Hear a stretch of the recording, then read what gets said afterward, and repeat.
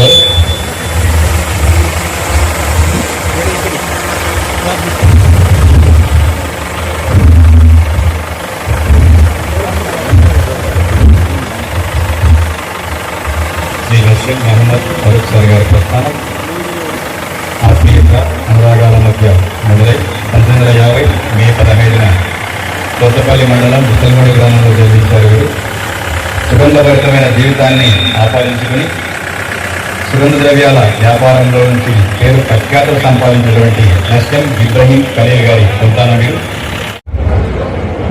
ఈరోజు స్వాతంత్ర సమరయోధులకు,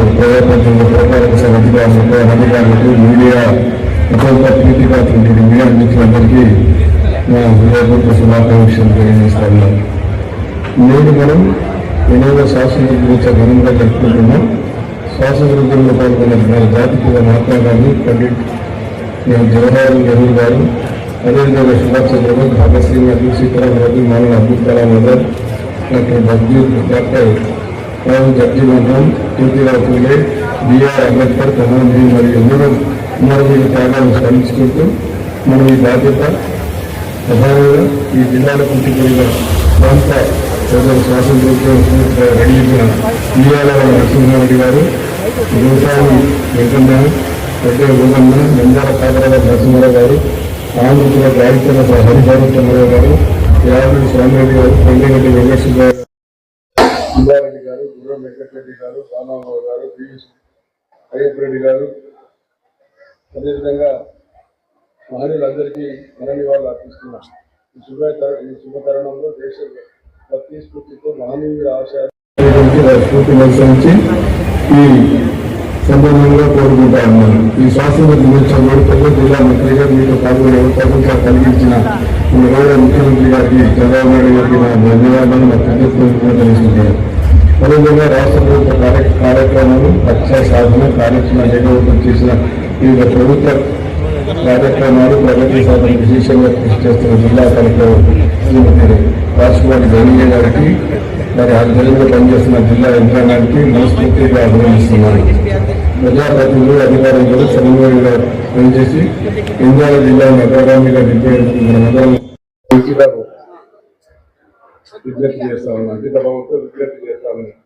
స్వాతంత్ర దినోత్సవ పర్వదినాన్ని పురస్కరించుకొని గౌరవ మన రాష్ట్ర ముఖ్యమంత్రి గారు నారా చంద్రబాబు గారి నాయకత్వంలో నంద్యాల జిల్లా చేపట్టిన అభివృద్ధి సంక్షేమ కార్యక్రమం సంక్షిప్తంగా సమాచారాన్ని మేము ముందుకు చూస్తున్నాము.